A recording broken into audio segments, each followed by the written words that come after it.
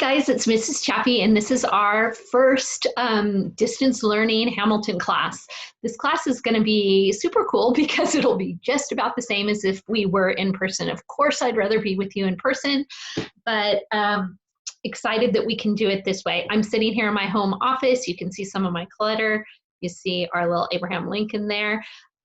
So we're just going to go ahead and go. So I am going to mirror screen my computer so you can see the PowerPoint that I would be showing if we were in the classroom together. So I'm going to ask that you open up your Hamilton notebooks like you would if we were sitting face to face, and you fill those notebooks in just like we have all along. So we can prove that we're actually learning stuff. Not that I don't think we are, but here we go. So I'm going to pull up it on my computer, and Hamilton Hip Hop Civics, there we go. So, and I'm gonna play. So it looks like, well, this is what you'd be seeing on the screen if we were sitting there side by side. So I wanna kind of refresh your memory where we ended when we were together last. We had just talked about the song at the end of the first act called History Has Its Eyes on You. And as I was getting ready for class today, I thought about that, and it really seems super timely. If you remember, we listened to the song last time, and the song is George Washington talking to Alexander Hamilton and reminding Hamilton that, hey, how history judges us, how they look at the way we act right now, we're not sure how that's going to be. When they look at the things that happened in the Revolutionary War, will the historians, you guys in the future, look back at these founding fathers and mothers and people who founded our country, and through the lens of history, look at these guys and go, they were amazing, they were brave, they were strong, they stood up for things that were right? Or will history look at them and say, gosh, they were way out of line? And that is something that whenever we're acting, our politicians today, people making decisions today, something that's still relevant, because how's history going to look at how people are behaving today? So I wanted to go ahead and refresh your memory about that song. I think I did show this video, was the last video that we watched, but I like the song, and I like this video. It's looking at the idea that history will judge you in the future through the lens of the Star Wars saga. And I have a lot of kids that are huge Star Wars fans, so we'll go ahead and take a quick look at this and listen to the words of the song that we will be talking about in just a second.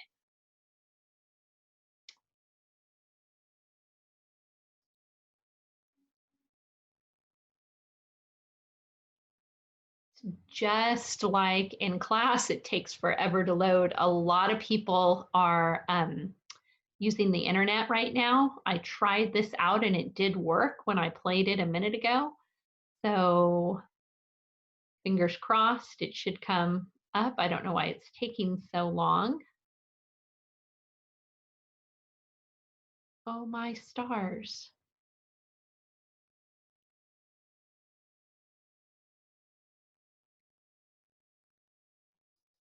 Well, my goodness, it's just like we're together in class where we have these same sort of connectivity problems sometimes in the church. We will skip this song. Good thing you've already seen it. Luke Skywalker. Oh, there it goes. I thought he was a myth. I was younger than you are now. When I was given the first command, I led my men straight into massacre. Instead, that's the first man. I made every mistake. And felt the shame rise. Now I lie away. Knowing history has its own.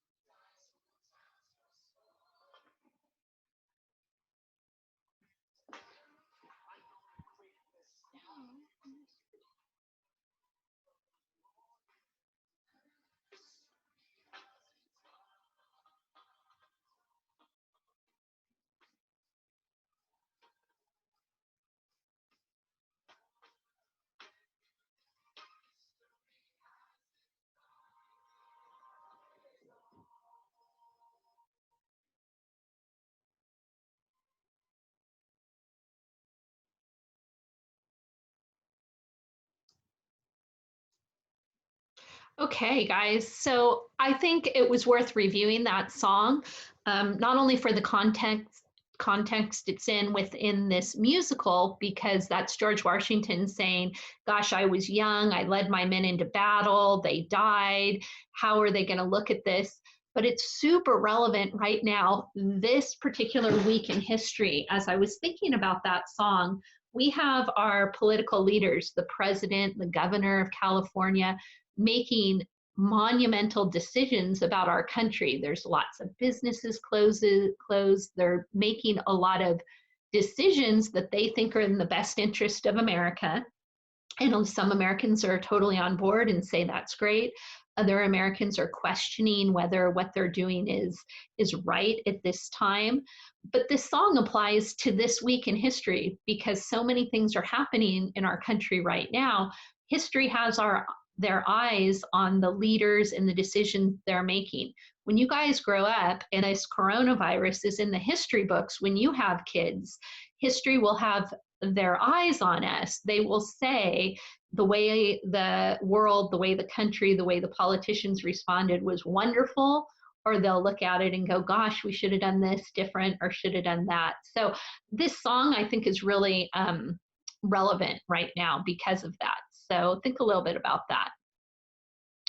The next song that comes up after George Washington talks to Hamilton and says, "We've been through this battle. History's going to judge us. We're going to see how this Revolutionary War turns out in the future." And it comes up to the next song called Yorktown. And Yorktown is an awesome song. It's also called The World Turned Upside Down. And it is when the Continental Army finally wins. They finally have surrender of the British. And I'd ask you, if we were all sitting together, why do they use the term "the world turns upside down"? So I want you to think about that for a hot second before I tell you, because we can't talk about it together.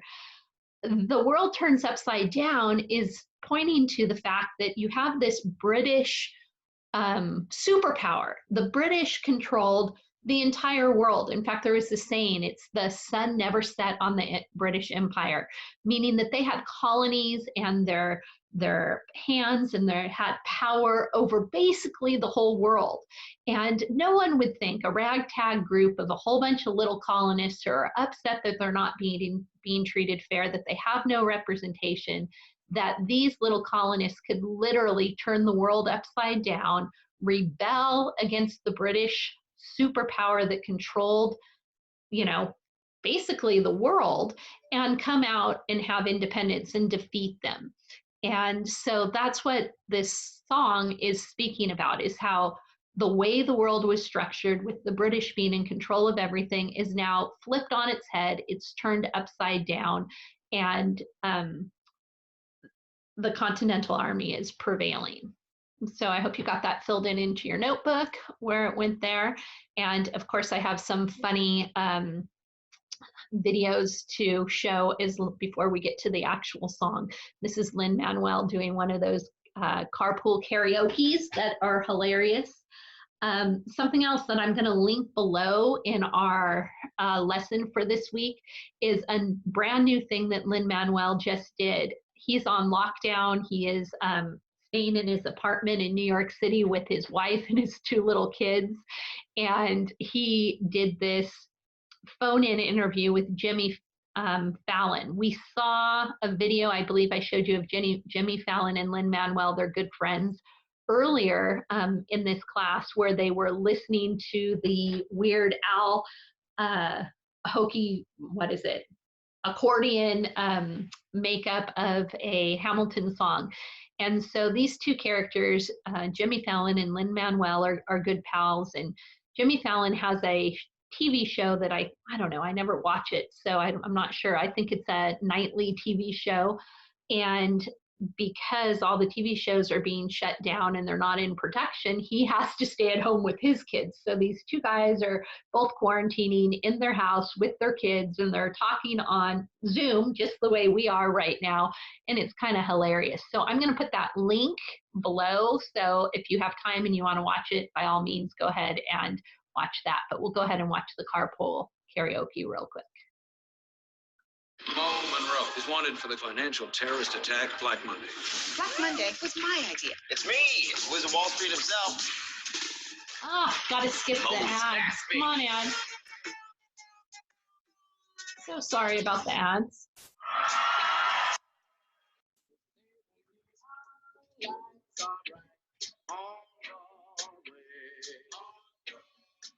So this is New York City.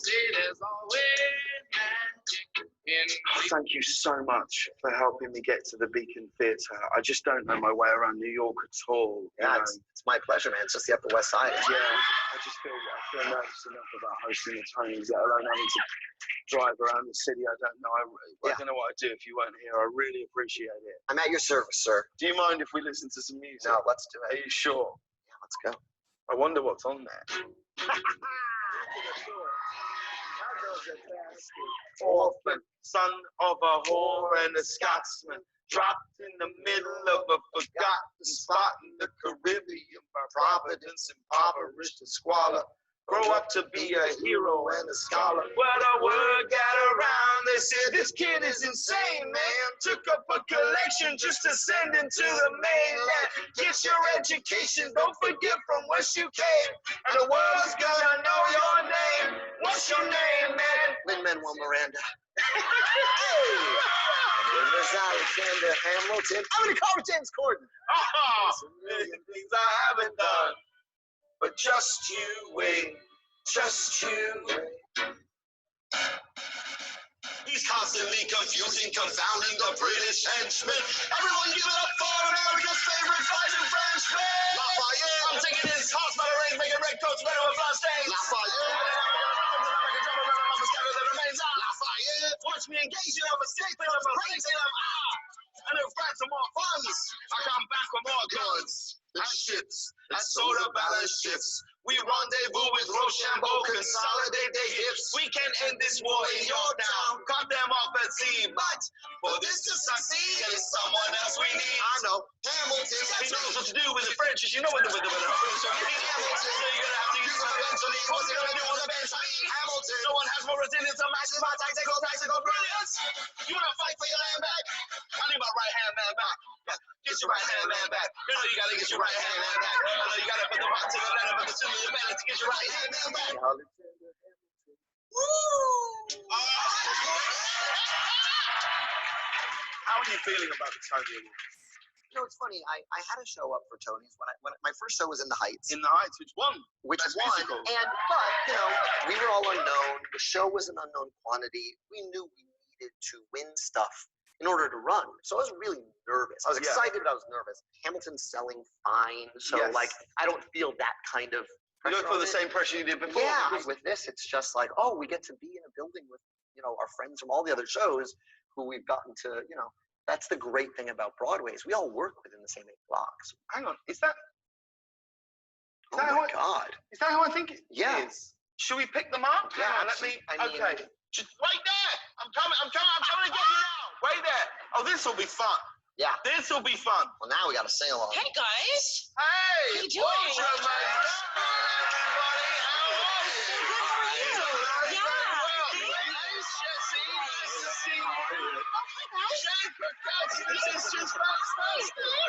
Oh, this is great. Thanks for picking us up. Oh, well, this is a fun gang. Thank you for helping me get to the Tony Awards. I really, really appreciate it. I really do. Hey, good luck with hosting. Yes. Oh, thank you. We're also Do you guys mind if we listen to some music? Heck yeah. Let's do it. Oh. Hang on, wait. That was the most Broadway response to hearing an opening of a song. That's 2 chords from the end, and everyone just goes, oh, you guys. We're all together. And it'll be just as genuine this time. Oh. This old chestnut. 525,006 On Broadway.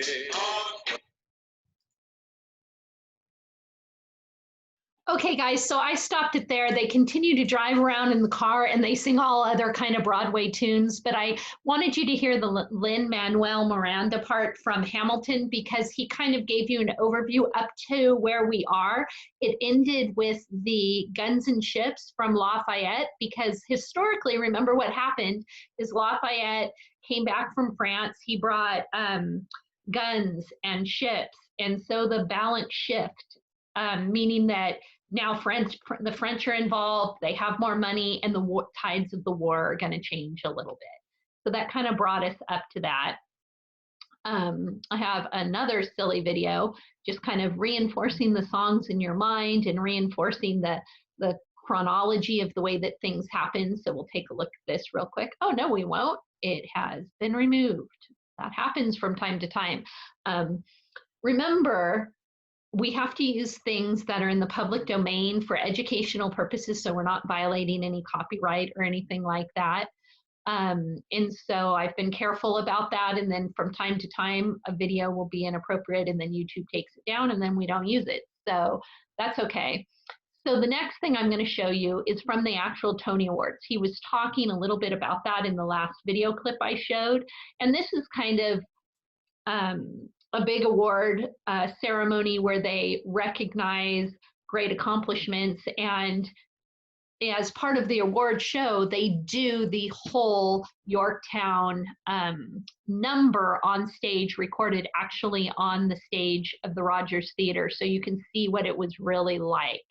And I'm excited to show you that as soon as I click on it. I should. Oh, that's not it.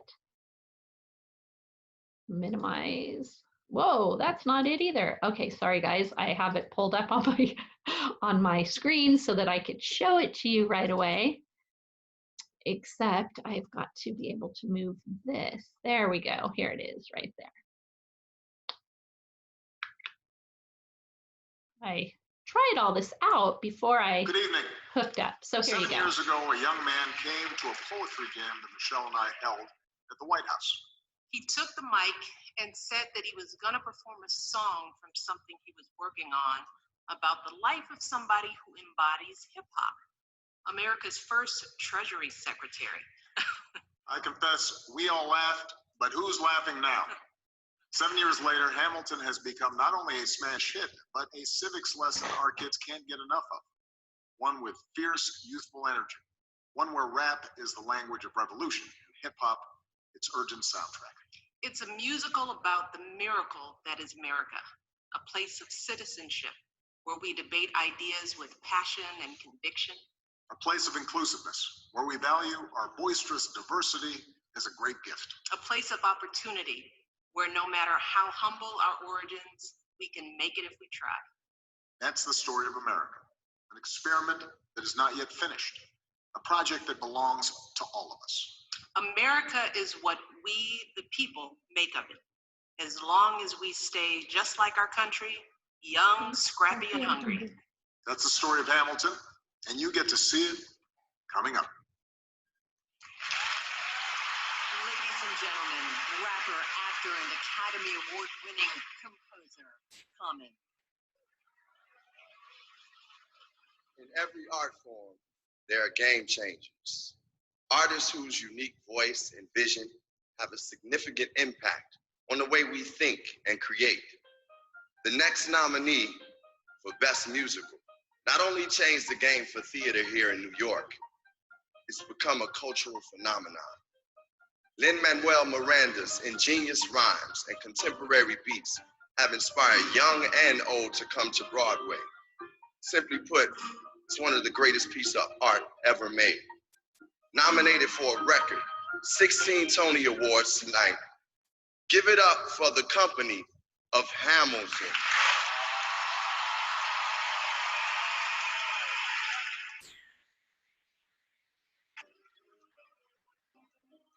Let me tell you what I wish I'd known when I was young and dreamed of glory. You have no control. It's who dies and who tells your story. I know that we can win. I know that greatness lies in you. But remember from here on in, history has its eyes.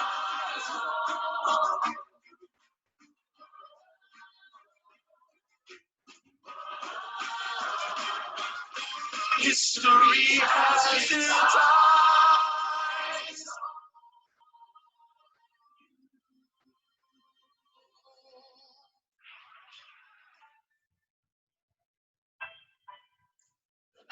Yorktown,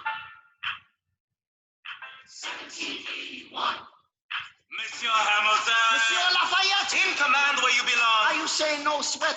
We're finally on the field. We've had quite a run. Immigrants, we get the job done. So what happens if we win? I go back to France. I bring freedom to my people if I'm given the chance. We'll be with you when you do. Go lead your men. See you on the other side. Till we meet again. Let's go. Shot. I am not going away, my shot. Hey, yo, I'm just like my country. I'm not scrappy and hungry, and I'm not going away, my shot. I am not going away, my shot. World turns upside down. The world turns upside down. I imagine that so much beautiful like a memory. This is where it gets me. On my feet, the enemy ahead of me. If this is the end of me, at least I have a friend with me. Prepping with my hands in command and my men with me. Then I remember my Eliza's expecting me. Not only that, my Eliza's expecting. So we gotta go, gotta get the job done. We gotta start a new nation, gotta meet my son. Take the bullets out your gun, the bullets out your gun. We move undercover and we move as a night. We have one shot. Another day, we cannot let a stray gunshot give us away. We will fight up close. Seize the moment and stay in it. It's either gotta meet the business end of a bayonet. Rambo, Ziggy, you have your orders now, go man, go. So the American experiment begins with my friends all scattered to the winds. Florence is in South Carolina, we used to find in bravery. We'll never be free until we end slavery. When we finally drive the British away, Lafayette is there waiting in Chesapeake Bay. How did we know that this plan would work? We had a spy on the inside, that's right. Tell us spying on the British government. I take their measurements, information, and I'm smuggling it. To my brother's revolutionary covenant. I run with this husband, liberty, and I am loving it. See, that's what happens when you up against the Ruffians. We in the somebody's got a shovel it. Hercules Mulligan. I need no introduction. When you knock me down, I get the back up again.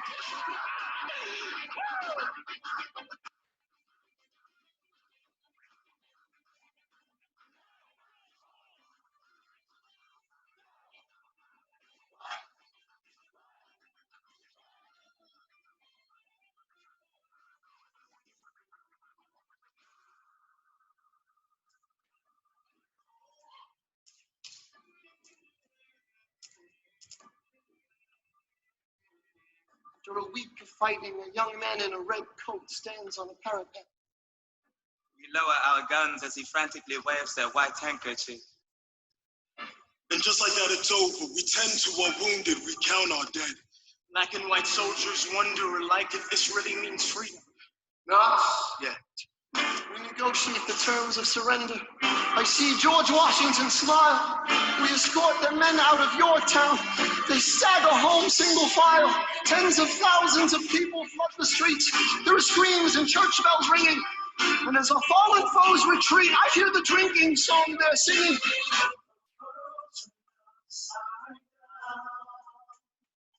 The world turned upside down. The world turned upside down. The world turned upside down. Freedom for Eureka, freedom for freedom. Some units have got to be my son. We want. The world turned upside down.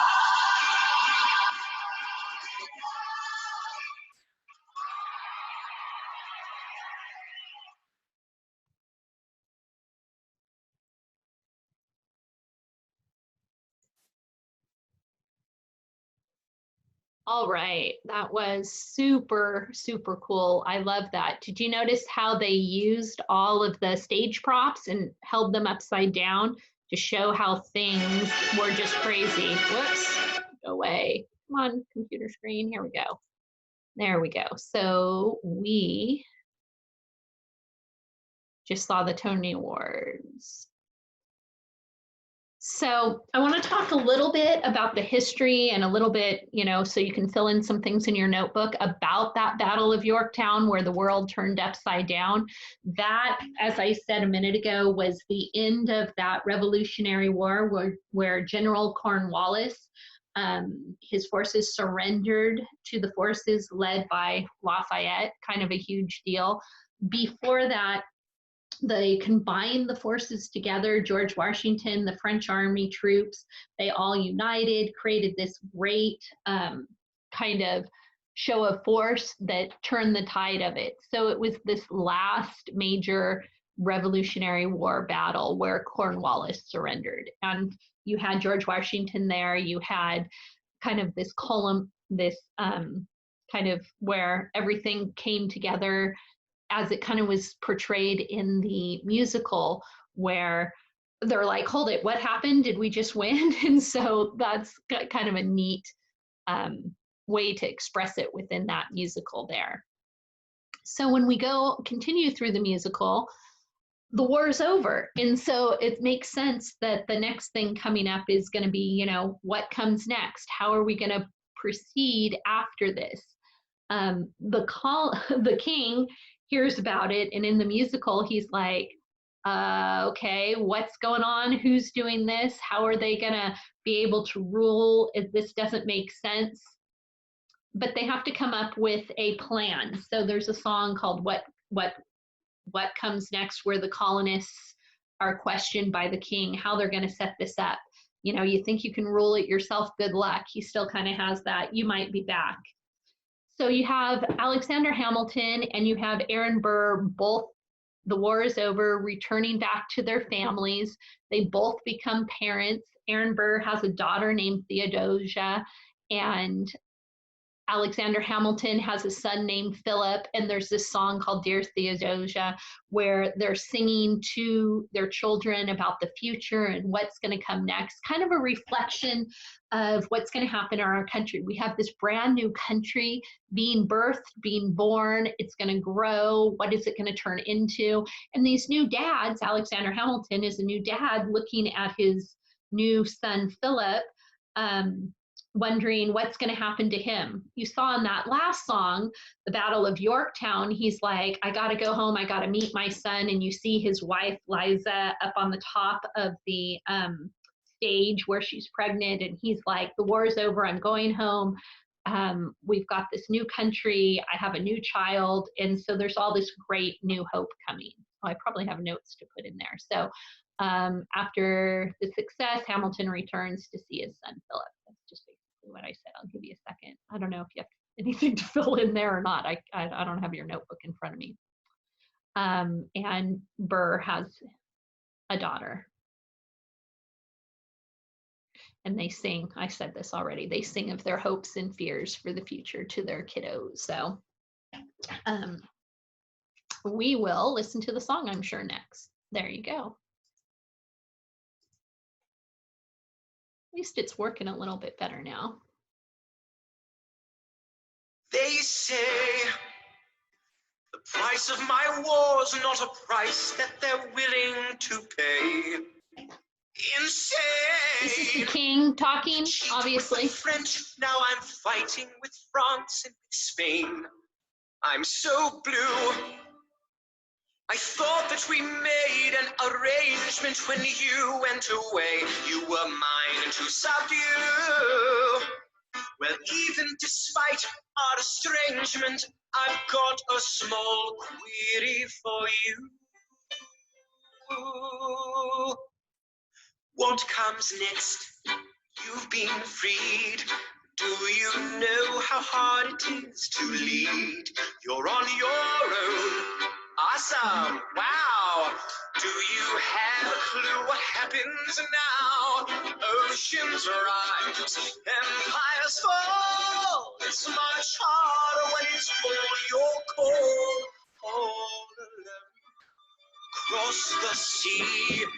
When your people say they hate you, don't come crawling back to me. Da da da da da da da da da da.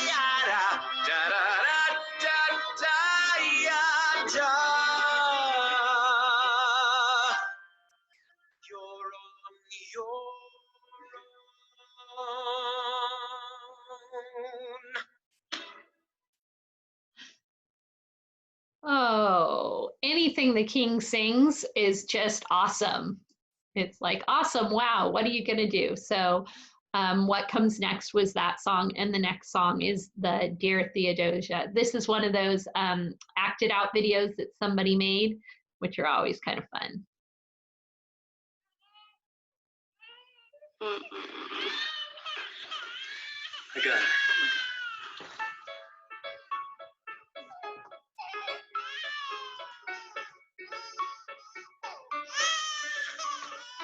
Dear Theodosia, what to say to you? You have my eyes, you have your mother's name. When you came to the world, you cried, and it broke my heart.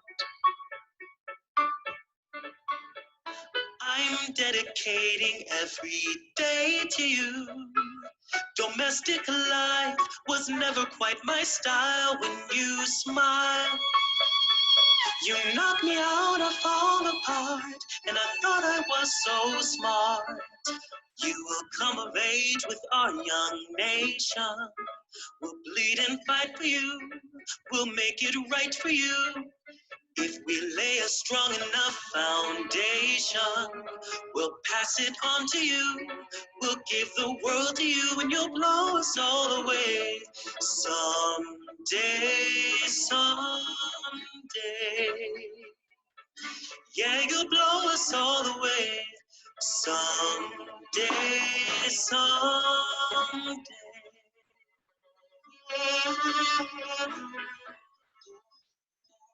Philip, when you smile, I am undone.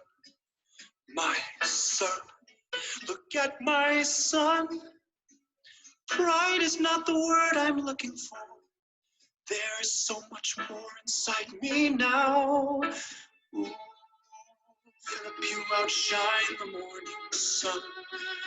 My son, when you smile, I fall apart, and I thought I was so smart. My father wasn't around. My father wasn't around. I swear that I'll be around for you. I'll do whatever it takes. I'll make a million mistakes. I'll make the world safe and sound for you. We'll come of age with our young nation. We'll bleed and fight for you. We'll make it right for you. If we lay a strong enough foundation, we'll pass it on to you. We'll give the world to you, and you'll blow us all away. Someday, someday. Yeah, you'll blow us all away. Someday, someday.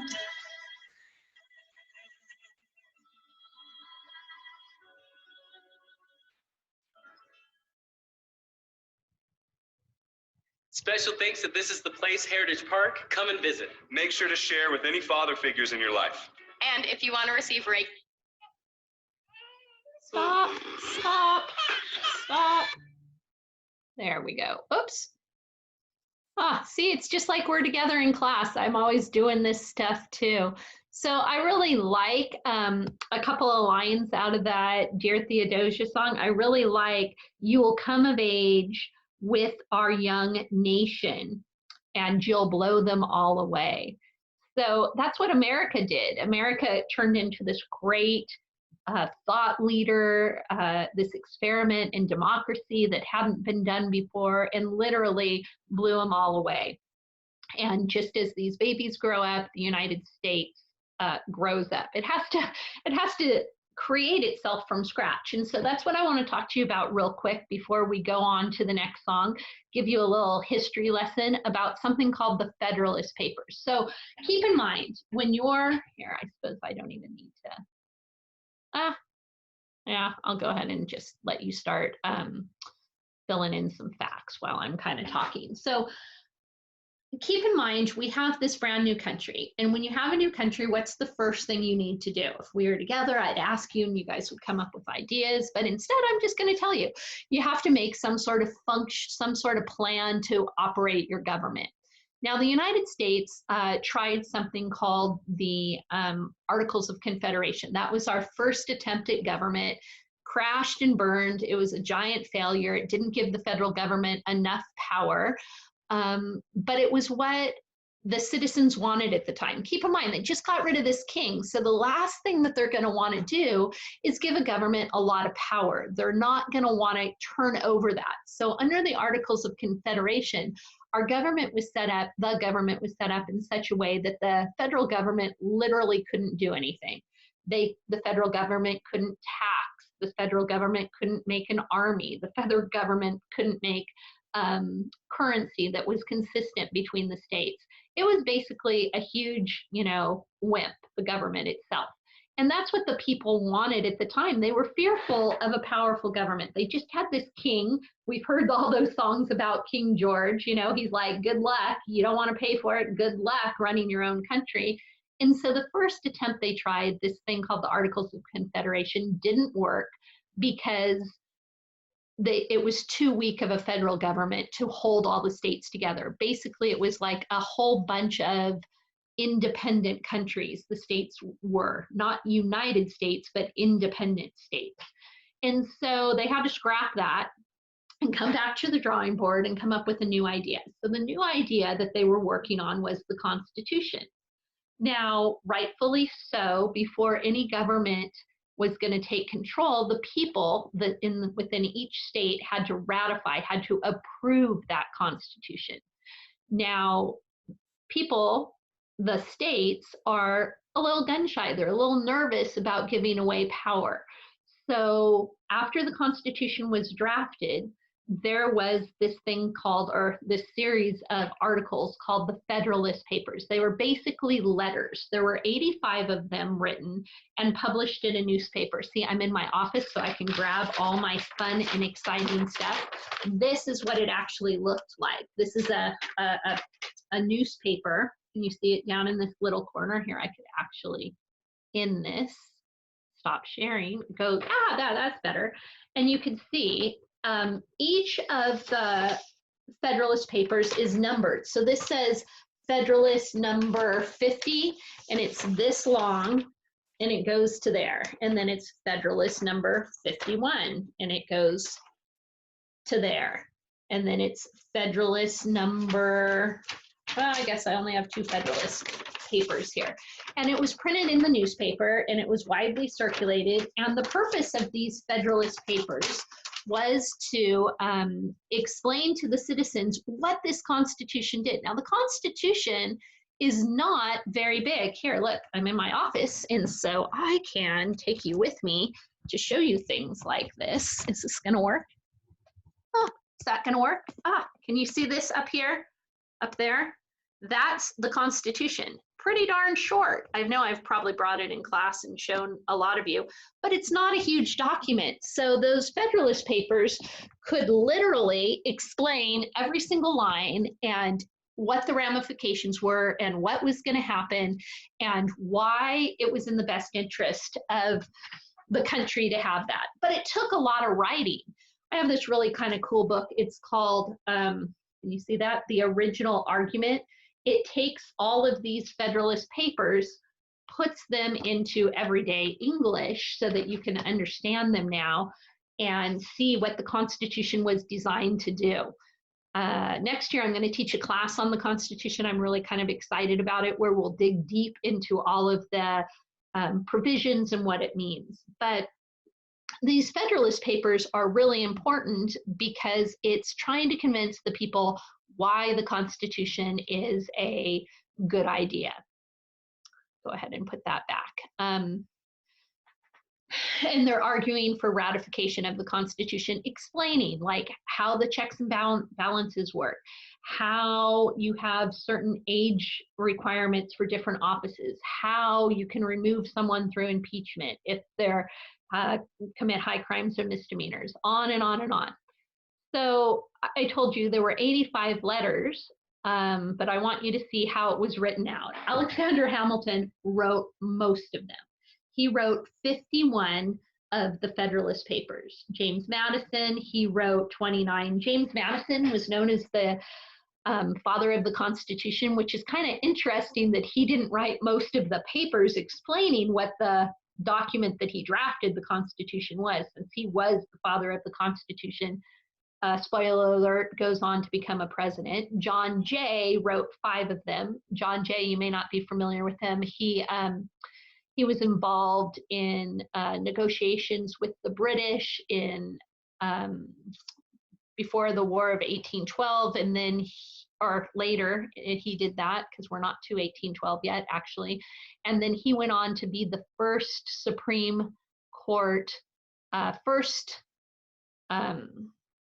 he was in the Supreme Court. He was the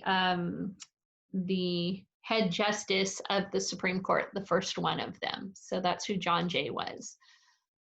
When Hamilton wrote, he didn't write it under his name. He assumed what's called a pseudonym, like he used this name that wasn't him. Publius was the name that he used. And then he explained, like I said, why it was in the nation's best interest to do that. Now, the thing about the Federalist Papers is they served 2 functions. They were something called propaganda.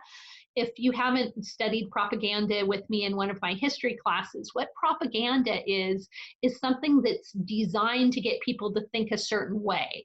It's designed to change people's opinions on something.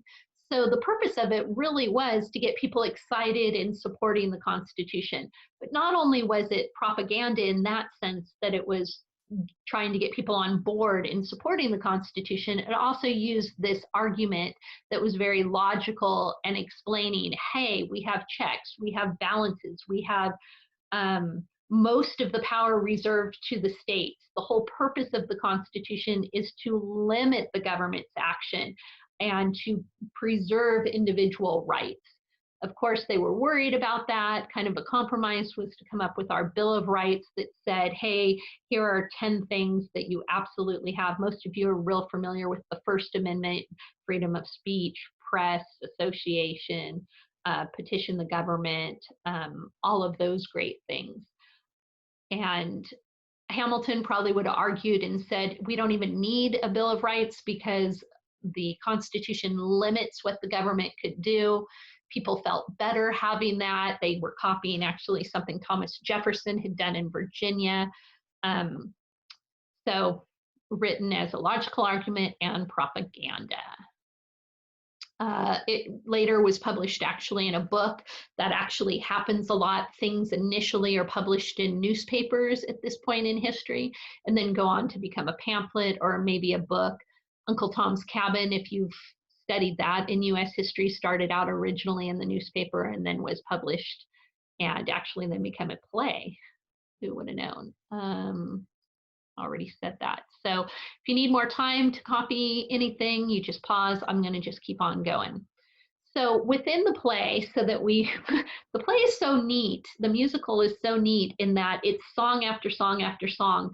And occasionally between songs, there might be a couple of lines. But if you're one of the ones who's lucky enough to see it, or when you see it, when Disney produces it, because remember, Disney's coming out with their own version of it, you'll see that it's song and then maybe a couple lines, song, song, song. And so what happens next? The war is over. Hamilton goes back to his home. Burr goes back to his home. They have their they have their children. And then Hamilton gets a letter and his wife, and he talks to his wife, and his wife says, he says to his wife, oh, I'll read it later. It's just from John Laurens. Remember, John Laurens was that pal, the 3 of them. They'll tell the story of tonight. The 3 of them, they're starting this revolution together. They're at the beginning of the play. You see that relationship between Hamilton and Laurens. And this is when he gets this letter that tells what has happened to Laurens in the war. Whoops. Come on. Play. Here we go.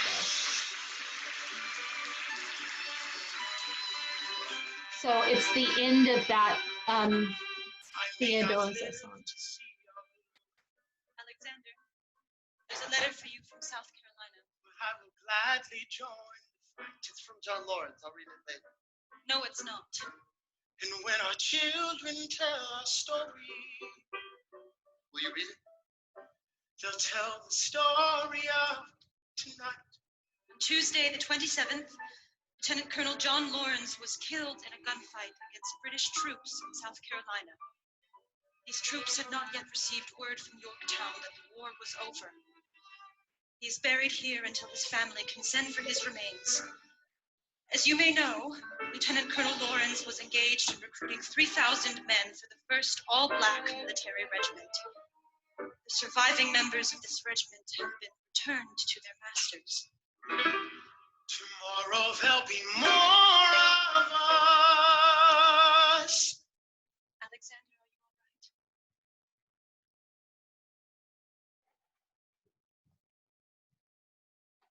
I have so much work to do.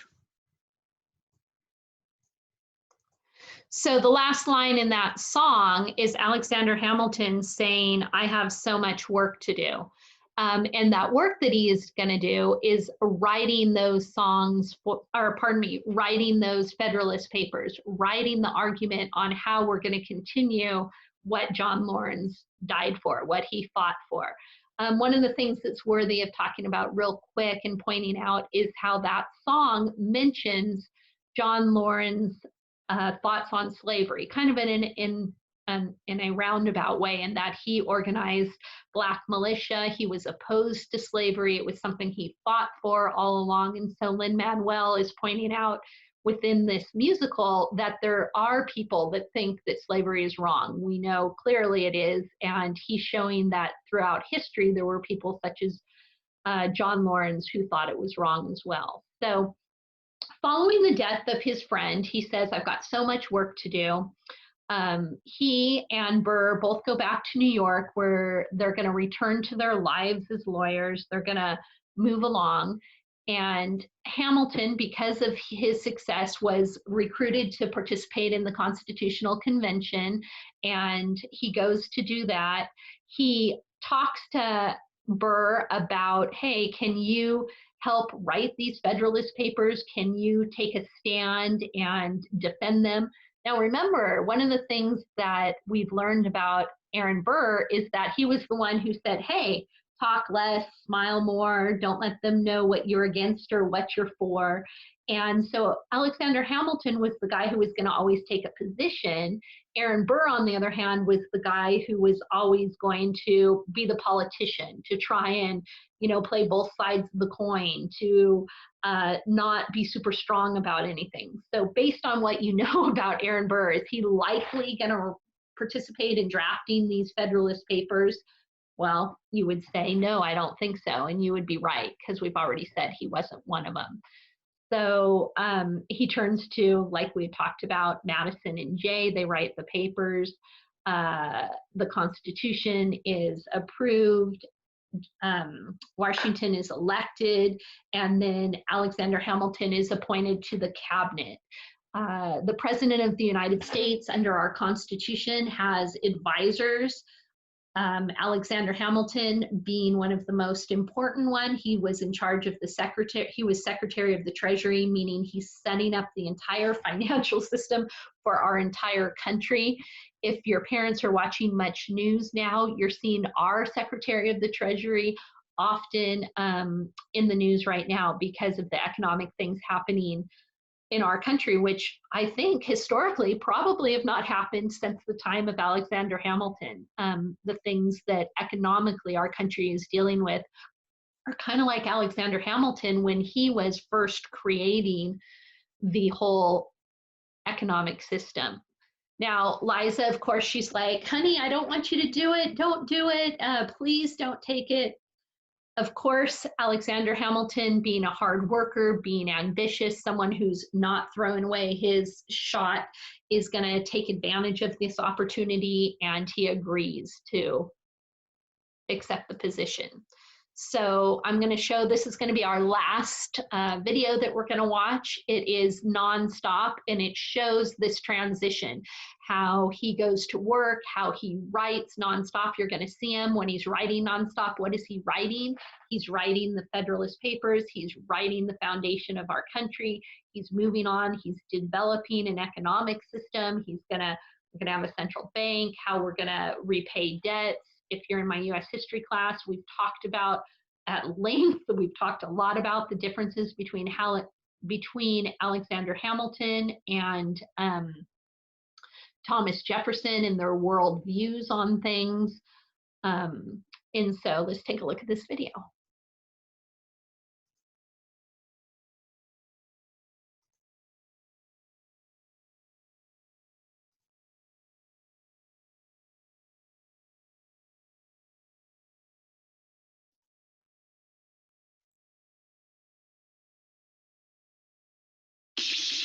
After the war, I went back to New York.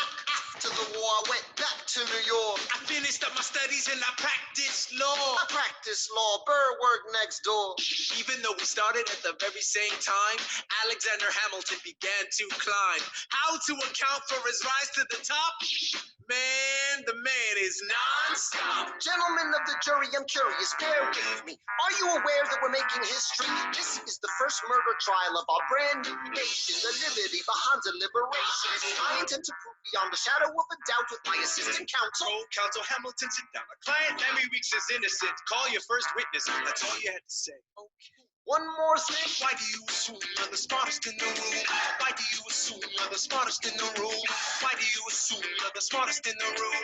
And that attitude may be your doom. Why do you write like you're running out of time? Write day and night like you're running out of time. Every day you fight like you're running out of time. Keep on fighting in the meantime. Corruption's such an old song that we can sing along in harmony. And nowhere is it stronger than in Albany. Its colonies, economies increasingly stalling in honesty. That's why public service seems to be calling me. I practiced the law, practically perfected it. I've seen injustice in the world and I've corrected it. Now for a strong central democracy. If not, then I'll be Socrates throwing verbal rocks at these mediocrities. Hamilton at the Constitutional Convention. I was chosen for the Constitutional Convention. There is a New York junior delegate. Now what I'm gonna say may sound indelicate. Goes and proposes his own form of government. His own plan for a new form of government. Talks for 6 hours. The convention is listless. Right, young man. Yo, why do you always say what you believe? Why do you always say what you believe? Every proclamation guarantees free ammunition for your enemies. Why do you write like it's going out of style? Write day and night like it's going out of style. Every day you fight like it's going out of style. Do what you do. Alexander? Aaron Burr, sir.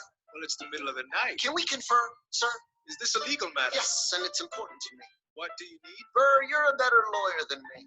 Okay. I know I talk too much. I'm abrasive. You're incredible in court. You're succinct, persuasive. My client needs a strong defense. You're the solution. Who's your client? The new U.S. Constitution. No. Hear me out. No way. A series of essays anonymously published defending the document to the public. No one will read it. I disagree. And if it fails? Burr, that's why we need it. The Constitution's a mess. So it needs amendments. It's full of contradictions. So is independence. We have to start somewhere. No. No way. You're making a mistake. Good night. Hey, what are you waiting for? What do you stall for? What? We won the war. What was it all for? Do you support this Constitution? Of course. Then defend it. And what if you're backing the wrong horse? Burr, we studied and we fought and we killed for the notion of a nation we now get to build. For once in your life, do you stand with pride? I don't understand how you stand to the side. I'll keep all my plans close to my chest. I'll wait here and see which way the wind will blow. I'm taking my time, watching the aftermath of my nation, watching the nation grow. I am sailing off to London. I am accompanied by someone who always pays. I have found a wealthy husband who will keep me in comfort for all my days. He is not a lot of fun, but there's no one who can match you for turn of phrase. My Alexander, don't forget to ride. Look at where you are. Look at where you started.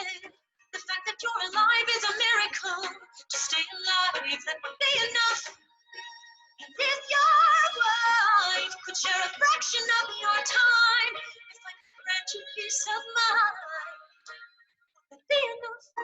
Alexander joins forces with James Madison and John Jay to write a series of essays defending the new United States Constitution entitled the Federalist Papers.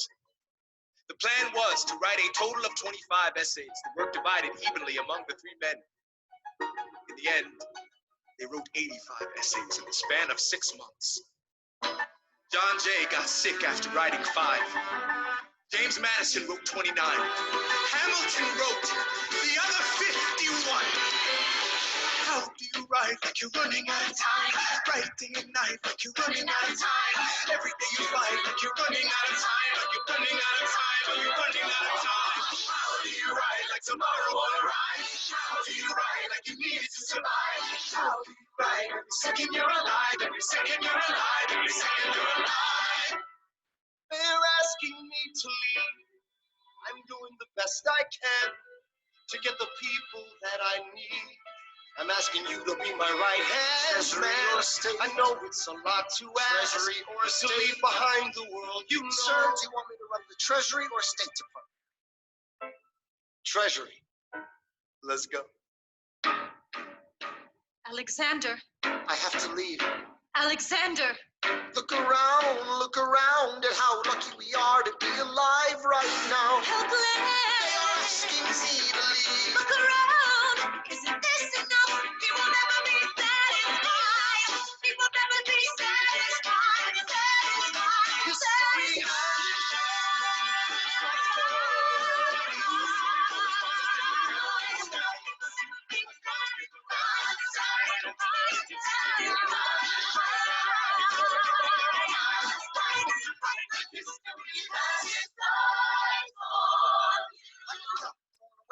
History. I am not throwing away my shot. I am Alexander Hamilton. Hamilton, just you wait. I am not throwing away my shot. All right, so ladies and gentlemen, we are now officially halfway through the musical. This is where there would be the intermission if you actually are seeing it, and they take a break. So the Revolutionary War is over. Our new country is established, rules to operate, the Constitution, it's been ratified, and then we take a break, and then you come back to the second half where you go forward with how the country operates and all of the dynamics between Alexander Hamilton and Thomas Jefferson and this growing kind of feud or disconnect between Hamilton and Burr. You saw it a little bit in that last song. He's like, Burr's not willing to take a stand. Hamilton is. They're very different people. We're going to get into a little more of Hamilton's life. He kind of does not so good things.